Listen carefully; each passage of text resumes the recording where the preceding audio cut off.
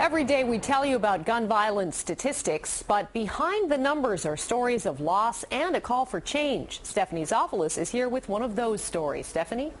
Well, Jody, more than 1,000 people have been shot in the city this year. Some survive, others don't. And Trey Franklin is one who didn't. So tonight, we're honoring his life cut short by a bullet. What I did was, me and my husband, we called the police.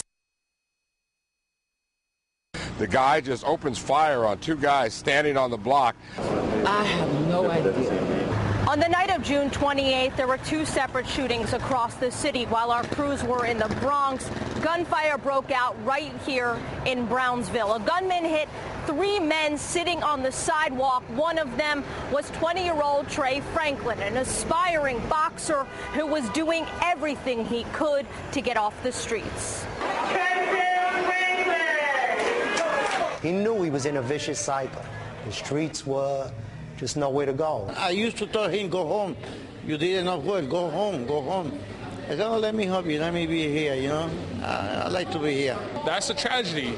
I say he had one of the greatest futures.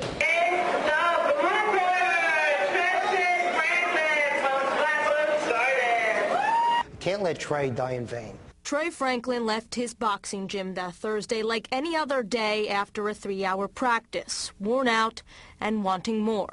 He never wanted to leave the gym. He wanted to be here. He would stay here the whole 3 hours. Cops and Kids boxing coach Pat Russo says Trey showed dedication from the start. He knew it. He knew it coming in, and so he was on the right track. He was on the right track. Russo says it takes a special kid to opt to spend hours inside this gym. Cops and Kids is a free program run by former cops and boxers.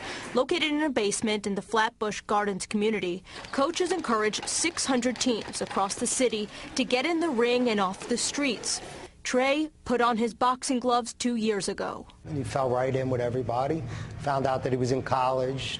We were happy about. And wanted to get ready for the Golden Gloves. He told me he wanted to be a boxer.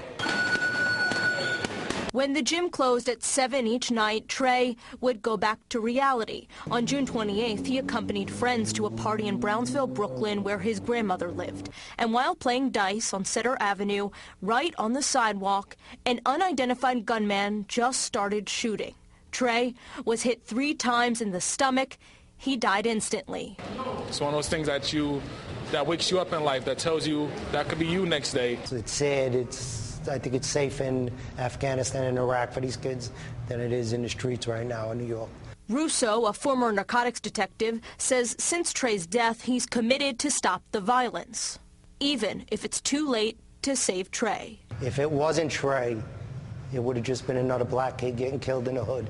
If it wasn't Trey, and I was upset that I would let that go again. Like everybody else, just let it go.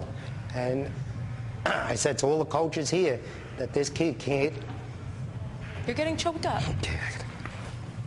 This can't go on any longer.